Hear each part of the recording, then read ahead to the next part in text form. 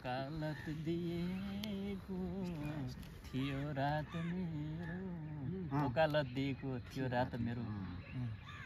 वकालत दिएको थियो रात मेरो स्वयं टाढिएको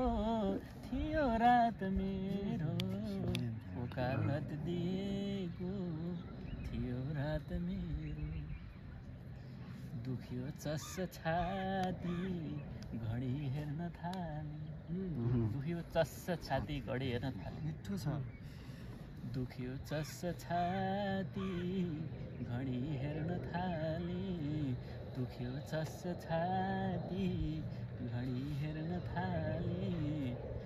समय बदलिएको थियो रात मेरो स्वयं टाढिएको थियो रात मेरो दोहोऱ्याउनु छ ल यो शब्द दुख्यो चस्स छाती घडी हेर्न थाले समय बदलिएको थियो रात मेरो स्वयं टाढिएको थियो रात मेरो सबै छाल तिम्रा नदीमा पुगेछन् सबै छाल तिम्रा नदीमा पुगेछन् सबै छाल तिम्रा नदीमा पुगेछन् सबै छाल तिम्रा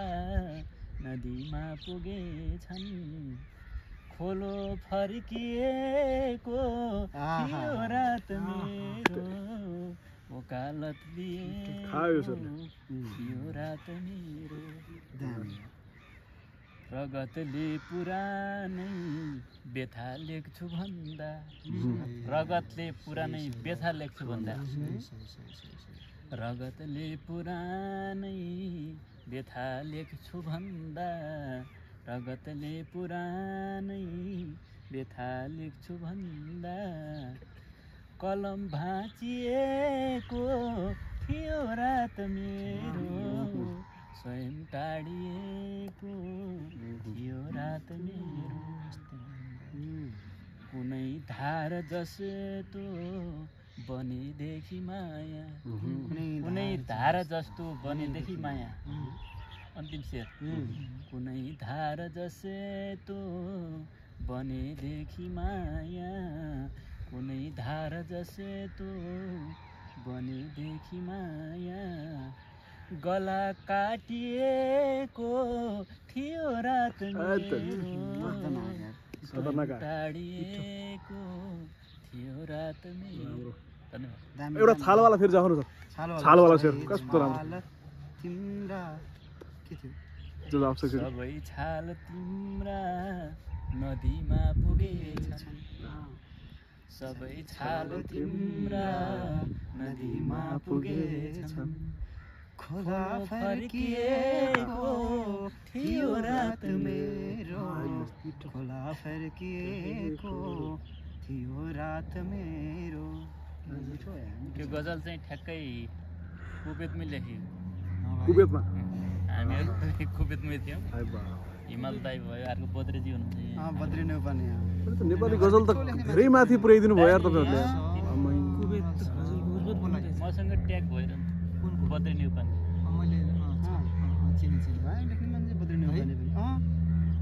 त्यति बेला खुब गजल लेखिन्थ्यो हामीले अलिकति सुनाउनुहोस् न यसको यार यो चिजको सुनाउनुहोस् त कुवेतमा गजलको माहौल के थियो कस्तो के छ त्यो पनि यस्तो थियो पहिला दाई हुनुहुन्थ्यो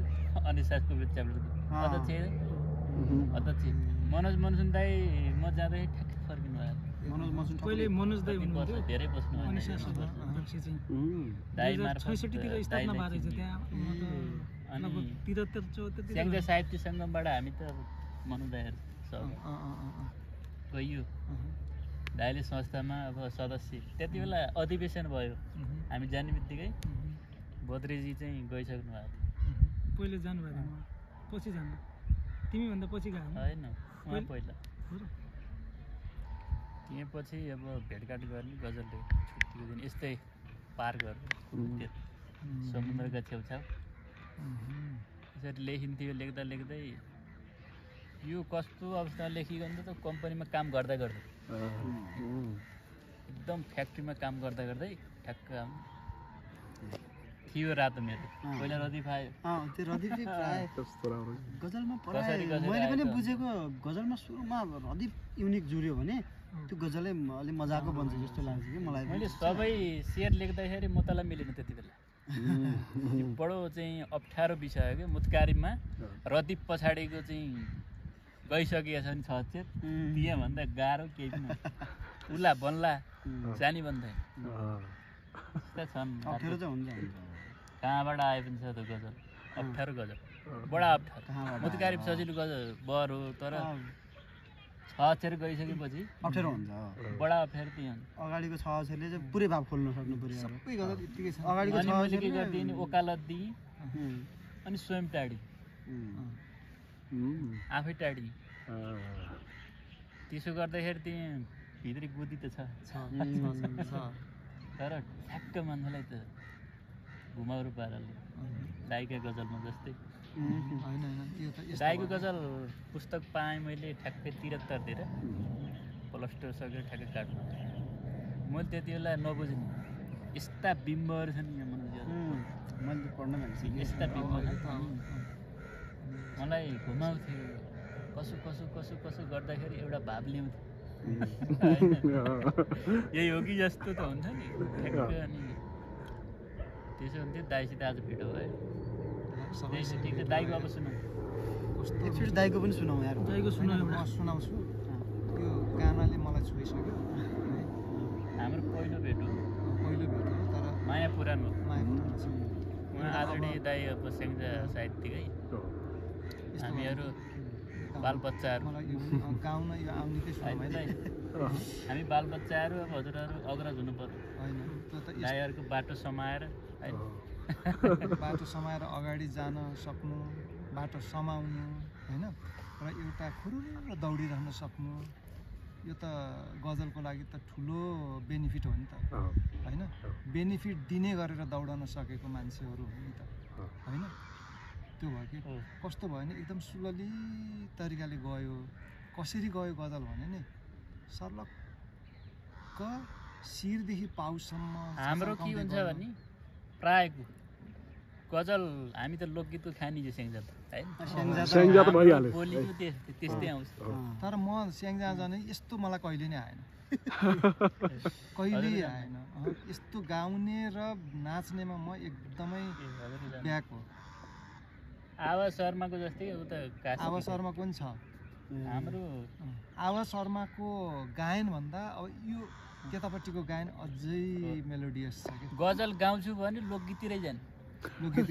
यही त राम्रो भयो होइन अनि एकचोटि मैले सोधेँ आवाज दाइलाई यो दाइ यो त भएन विनोद दाइलाई यो त के गर्ने यो त सकिएन भन्दाखेरि होइन हाम्रो मौलिकता चाहिँ त्यही हो त्यसैमा गर त्यो यो गजब कुरा हो मौलिकता भनेकै यसैलाई गजलमा मौलिकता हुन्छ अब सक्दैछ किन त्यहीँ जान्छ नि त्यही राम्रो छ त्यसैलाई चाहिँ उत्पादन गरौँ बरु अन्त नछ सही होइन एकदम सही हो यस्तो गरौँ न त